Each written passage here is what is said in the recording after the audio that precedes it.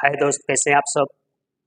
आइए हम लोग आज कक्षा 10 की साइंस का पेपर का कुछ क्वेश्चन हैं जो आपके पेपर के व्यू के लिए बहुत महत्वपूर्ण है। देखिए, इसमें कुछ फिजिक्स का भी क्वेश्चन है और कुछ केमिस्ट्री का भी क्वेश्चन है, दोनों पार्ट का क्वेश्चन है।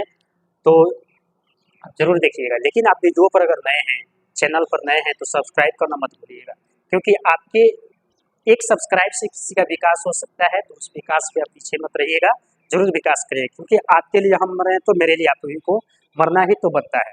यही तो लेन देन है। चलिए देखते हैं, कुछ साइंस का क्वेश्चन है जो कल 25 तारीख साइंस का 10 का बच्चों का पेपर है, तो उसको देखना तो बनता है। आप जरूर देखिएगा, बहुत मेहनत के साथ, बहुत लगन के साथ, कई रातों मेहनत करने के बाद आपके लिए क्वेश्चन तैयार किया गया है, तो आप इसको देखना ना भूलें। एकदम रामबाण है, इसी में से आप तैयार कीजिएगा, ठीक है ना। बहुत बेहतर होगा, आपकी सहायता जरूर होगी। आइए क्वेश्चन देखते हैं। दिया है कि आवेश आवेश को किससे रिप्रेजेंट करते हैं? क्यूसी। समय टी, समय को किससे दिखाते हैं? टीसी। तथा धारा मतलब वैद्युत धारा को किससे दिखाते हैं? आईसी। तीनों में क्या संबंध होते हैं, उस संबंध को बताना है, मतलब सूत्र को बताना है, और साथ साथ उसका मात्रक भी जरूर लिखिएगा, आप लिखना ना भूलिएगा। अगला क्वेश्चन का दिया है कि ओम का नियम क्या है, परिभाषा दीजिए, और सूत्र भी लिखिए। मतलब ओम जो वैज्ञानिक थे, उन्होंने अपना क्या नियम दिया था, उसका सूत्र लिखना है, परिभाषा लिखना है, साथ साथ उसका निगमन भी कीजिए, बहुत बेहतर होगा। आप जितना अच्छा निगमन करेंगे उतना एग्जामिनर प्रभावित होगा, उतना अच्छा नंबर भी मिलेगा। तो इस चीजों को ना भूलिए। देखिए, कई बार पूछा हुआ क्वेश्चन है और इसको पूछता है, सीधा सीधी न पूछ के डायरेक्ट घुमा फिरा के भी पूछता है कि ओम के नियम के बारे में। तो जहां भी आपका ओम का नियम कहीं भी दिखाई दे, तो उसको जरूर वहां पर ओम का नियम लिखिए, उसका जिक्र कीजिए। अगला है कि तीन प्रतिरोधों को, मतलब तीन प्रतिरोध है जिनमें प्रत्येक का मान कितना ओम है? 2 ओम है। मतलब 3 ठो प्रतिरोध है और तीनों का मान कितना है? 2-2 ओम है। ठीक, इसे किस प्रकार जोड़े कि इसका कुल प्रतिरोध 3 ओम हो जाए। कह रहा है कि 3 गो प्रतिरोध है और तीनों प्रतिरोधों को किस प्रकार जोड़ दे कि उसका आंसर भी कितना जाए? 3 ओम ही आए। ठीक है, तो इसको देखिएगा, समांतर क्रम में जोड़ेंगे कि श्रेणी क्रम में जोड़ेंगे, कि समांतर श्रेणी दोनों क्रम में जोड़ के आंसर 3 ही लाना है। तो एक बार इसको जरूर देखिएगा, ऐसे क्वेश्चन को कई बार रिवीजन किया है और 2 से 4 नंबर में ही पूछता है। आगे देखिए, वैद्युत, उसी का दूसरा नाम क्या है? विद्युत। सामर्थ्य क्या है? मतलब वैद्युत सामर्थ्य का है।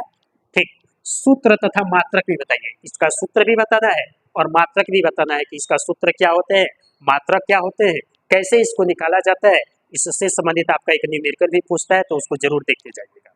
ठीक, साथ साथ फ्लेमिंग के दाएं और बाएं हाथ के नियम लिखिए। देखिए, फ्लेमिंग के वैज्ञानिक थे जिन्होंने क्या चीज, दाएं हाथ का और बाएं हाथ दोनों का नियम दिए थे। तो उस नियम को आप जरूर देख के जाइएगा। अगला, बायोसेवर्ट और लेंज। देखिए, एक बायोसेट वैज्ञानिक थे जिन्होंने क्या किया था, वैद्युत धारा से संबंधित एक सूत्र स्थापित किया था, नियम दिया था, निगमन किया था। साथ साथ किया था क्या चीज की, लेंज का भी नियम है। इनका भी क्या कीजिए, नियम लिखिए। ये कहा जाता है कि व्यक्ति, एक कहावत है कि जिस थाली में व्यक्ति खाता है उसी थाली में छेद कर देता है। ठीक वैसे ही लेंज का नियम भी मिलता जुलता है, जिससे यह उत्पन्न होता है उसी का विरोध करना शुरू कर देता है। मतलब जहां से यह तैयार होता है उसी का विरोध कर देता है। तो उसी को कहते हैं कि जिस थाली में खाते हैं उसी थाली में छेद करना। ठीक, और ये बायोसेवर्ट भी है, इनका भी नियम देखिएगा, बहुत अच्छे और जबरदस्त है। ठीक, संयोजन तथा वियोजन अपक्रिया। देखिए, यहाँ के साथ साथ आपका केमिस्ट्री आ गया, लेकिन केमिस्ट्री शुरू होने से पहले मैं एक बार एक और संकेत करा देता हूँ कि दर्पण से संबंधित आप न्यूमेरिकल जरूर देखिएगा, लेंस से संबंधित न्यूमेरिकल जरूर देखिएगा, लेंस की क्षमता से संबंधित जरूर देखिएगा, विद्युत धारा तथा विद्युत शक्ति से संबंधित न्यूमेरिकल जरूर देखिएगा। इन चारों से हर साल 2, 1, 2, 1, 3 करके न्यूमेरिकल पूछता है। और प्रतिरोधों का संयोजन, प्रतिरोधों का संयोजन का श्रेणी क्रम, समांतर क्रम में फिगर के साथ भी आएगा, उसका भी आप जरूर देखिएगा। ठीक है ना। आप इससे वीडियो मैंने बहुत से अपलोड किए हैं, उसको जरूर आप एक बार देखते जाइएगा। देखिए, अब हम लोग केमिस्ट्री के पीछे चलते हैं कि संयोजन तथा वियोजन अपक्रिया क्या है। संयोजन अपक्रिया किसमें, जिसमें क्या होते हैं, अभिकारक आप मतलब 2 या 2 से अधिक तत्व या यौगिक आपस में जुट के नया बनाते हैं। और वियोजन में क्या होते हैं, एक यौगिक टूटकर एक यौगिक 2 या 2 से अधिक भागों में टूटता है। तो इसका उदाहरण सिर्फ आपको देना है और 7 उदाहरण दे दीजिए। ठीक, अगला दिया है कि रेडॉक्स अपक्रिया क्या होता है, संक्षारण को परिभाषित कीजिए। रेडॉक्स अपक्रिया मतलब वह क्रिया जिसमें अपचयन और ऑक्सीकरण दोनों एक साथ होते हैं, उसे रेडॉक्स अपक्रिया कहते हैं। इसी को लिखना है।